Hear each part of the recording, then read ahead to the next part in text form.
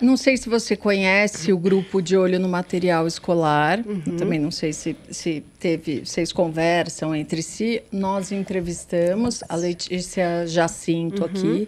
Foi uma entrevista muito boa. Quem não assistiu, assista, vale a pena. E ela contou que o De Olho no Material Escolar, que é mais voltado, ligado a mães, ele foi criado por mães ligadas ao agronegócio. Então, ele tinha ele olhava mais para esse lado, mas aborda também outros assuntos. Mas o que aconteceu na pandemia, observando o material escolar dos filhos mais de perto, eles viram que assuntos relacionados ao agronegócio eram abordados de forma completamente distorcida. Né? Você tinha o agronegócio mata a população indígena, escraviza, polui o meio ambiente, se resumia quase a isso.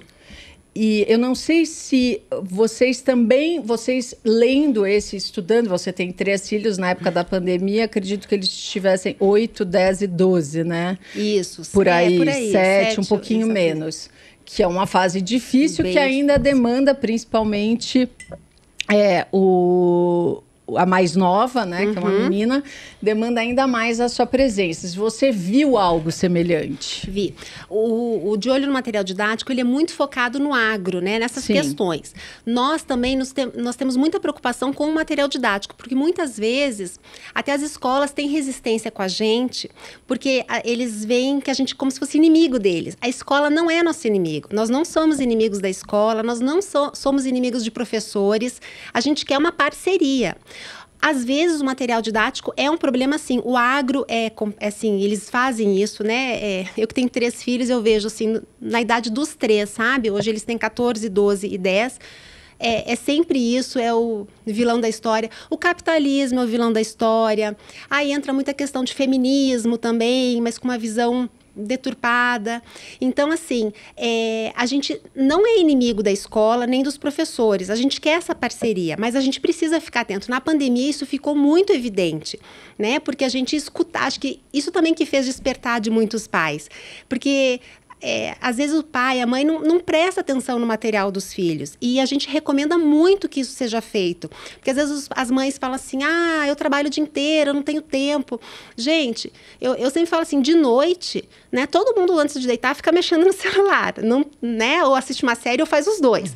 Perde 10, 15 minutos por noite, pega um livro de uma matéria, dá uma olhada no livro, não precisa fazer tudo num dia só, faz 10, 15 minutos, em 1, 2 meses você fez o livro inteiro, porque você não vai ler tudo, dá uma olhada, vê se acha que o que está sendo falado está adequado para a idade, inclusive, porque o que a gente tem visto é que muitas vezes tem coisas que muitos pais não consideram adequados para a idade dos seus filhos.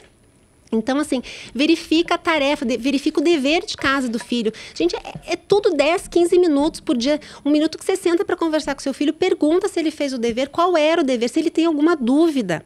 Né? São pequenas coisas, porque às vezes as mães se paralisam de fazer porque acham que não dão conta ou não têm capacidade.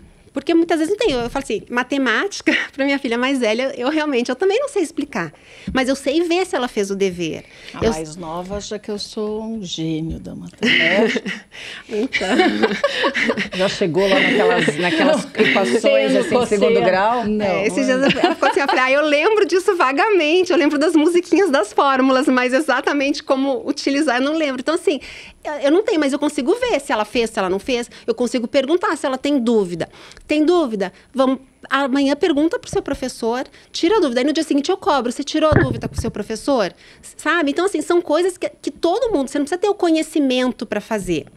E a pandemia também, ela fez muitos pais despertarem para esse tipo de coisa. Então, eu mesma, né? A gente ficava escutando a aula... Né? Aula online dos teus aula filhos. Online, E aí você lembra de algum caso que te chamou a atenção, que foi talvez o gatilho para você? Teve vários, na verdade, né? Mas eu lembro de um que meu marido até que pegou, foi até engraçado, porque era a minha caçula, ela estava no 2º ano, ainda ela deu sorte que ela tinha se alfabetizado 1 ano antes, porque quem passou por esse período de alfabetização, eu diria que não passou por esse período de alfabetização, né? Foi horrível. Foi horrível. Assim...